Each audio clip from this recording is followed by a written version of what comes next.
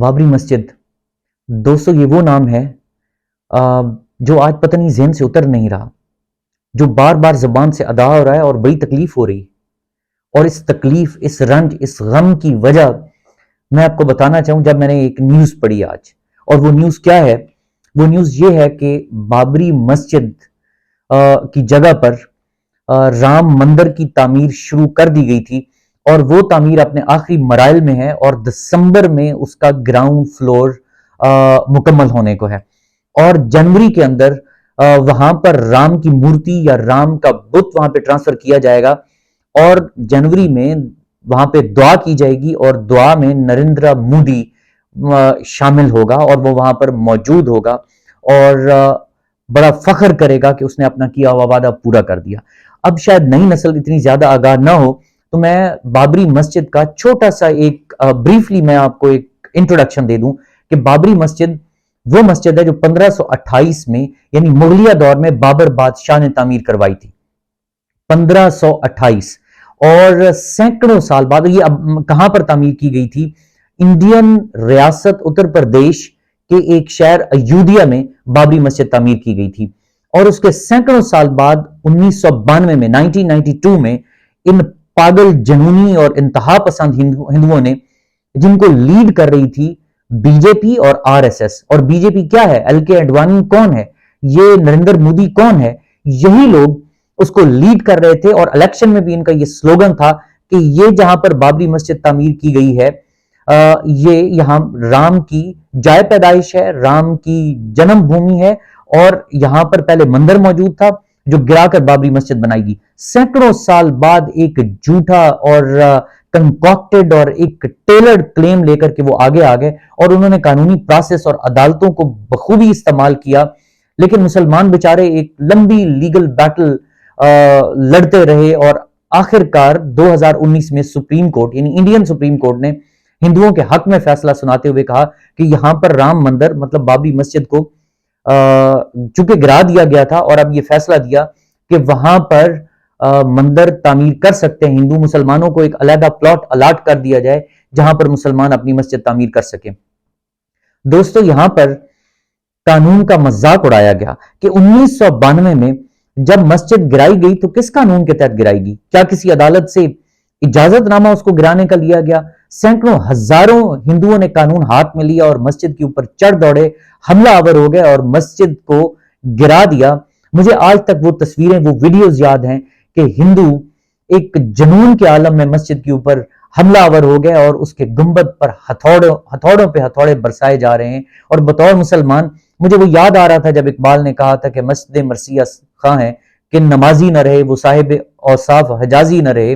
بدقسمتی تو نمازیوں کی کیا کہ پورے مسلمانان عالم کی بدقسمتی تھی کہ مسجد کو وہ بے بسی سے دیکھ رہے تھے، گرتے ہوئے دیکھ رہے تھے، اس پر ہتھوڑے برستے ہوئے دیکھ رہے تھے، اس کی بے حرمتی دیکھ رہے تھے، اور وہ کچھ کر نہیں سکتے تھے۔ بہرحال الٹیمیٹلی، اور آپ دیکھیے کہ ہندو کس قدر جشن منا رہے کہ ہندوؤں نے 2019 میں یہی نریندر مودی ہے جس نے وہاں پر اس کی فاؤنڈیشن سٹون، مطلب جب اس کی تعمیر کا آغاز ہوا تو اس کی سنگ بنیاد رکھی، اور جس دن سنگ بنیاد رکھی گئی تو مودی وہاں پر گولڈن رنگ کا، ایک سنہری رنگ کا کرتا پہن کر گیا، اور لمبی شرٹ اور سفید دھوتی، اور اوپر اپنا کپڑا ڈال کے، اور وہاں جا کے اس نے اس کی سنگ بنیاد رکھی۔ اور جہاں پر پنڈت نے جب دعا کروائی تو ان کے پنڈت نے کہا کہ آج کائنات خوش ہے، اور یہ پوری انسانیت کائنات کے لیے اور چرند پرندوں کے لیے خوشی کا مقام ہے۔ تو اب آپ دیکھیے، اس کے بعد پھر حیرانی کی بات ہے کہ جنوری میں نریندر مودی پھر اس دعا میں شامل ہوگا جبکہ اس کے گراؤنڈ فلور پر۔ اب یہاں پر دو تین میں سوال چھوڑ رہا ہوں کہ انڈیا کلیم کرتا ہے وہ جمہوریت، لیکن وہاں پر اقلیتوں کے ساتھ کیا ہے؟ کیا وہ جمہوریت کہلاتے ہوئے اس کو شرم محسوس نہیں ہوتی کہ کیا کسی جمہوری ملک کے اندر انسانی حقوق کی اس طرح وائلیشن ہوتی ہے؟ کیا کسی جمہوری ملک میں اقلیتوں کے ساتھ ایسا ہی سلوک روا رکھا جاتا ہے جو انڈیا میں کیا جا رہا ہے؟ کیا کسی جمہوری ملک میں وہ ملک پھر بھی فخر کر سکتا ہے جس ملک میں گجرات جیسا قتل عام ہوا ہو 2002 میں، جس میں دلی میں 2020 میں جس طرح کا قتل عام ہوا ہو، جہاں پر اقلیتوں کا، عیسائیوں کا، دیگر اقلیتوں کا، اور خاص طور پر مسلمانوں کو جو تختہ مشق بنایا گیا، جو آئے روز آپ واقعات دیکھتے رہتے ہیں کہ مسلمانوں کا جینا حرام کیا ہوا ہے، وہاں پر اس ملک کو جمہوری ملک کہلاتے ہوئے شرم محسوس نہیں ہوتی۔ اور میرا دوسرا سوال اس میں یہ ہے کہ وہ انٹرنیشنل کمیونٹی، وہ انسانی حقوق کی تنظیمیں، یہ اقوام متحدہ جو شاید کسی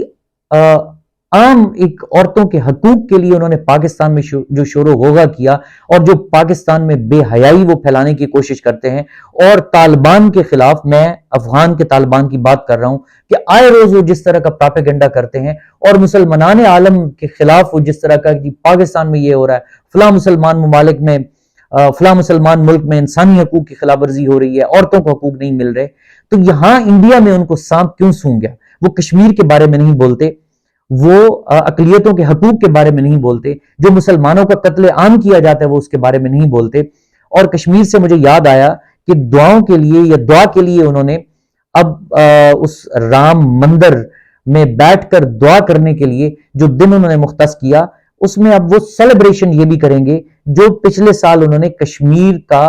آزادانہ جو سٹیٹس تھا، انڈیپینڈنٹ سٹیٹس تھا، اس کو جو انہوں نے ختم کیا اور اپنے ساتھ ملایا، وہ اس کو بھی سیلیبریٹ کریں گے۔ تو اب یہاں پر میرا ایک اور سوال ہے کہ پاکستان کی اہمیت بطور مسلمان